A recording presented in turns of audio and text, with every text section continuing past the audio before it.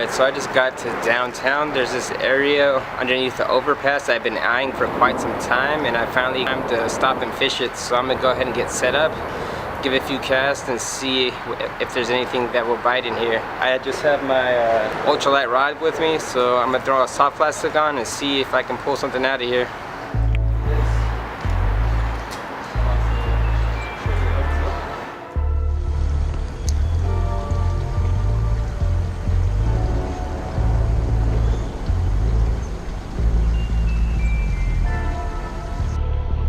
There we go.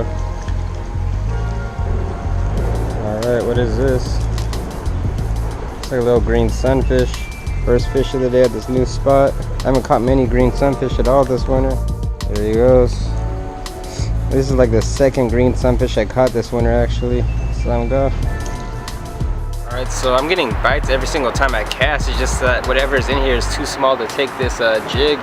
This is the smallest jig I actually have with me, so I'm gonna keep giving it a few casts, and after that I'm gonna have to take off if I can't get anything. But let's give it about 20 more minutes.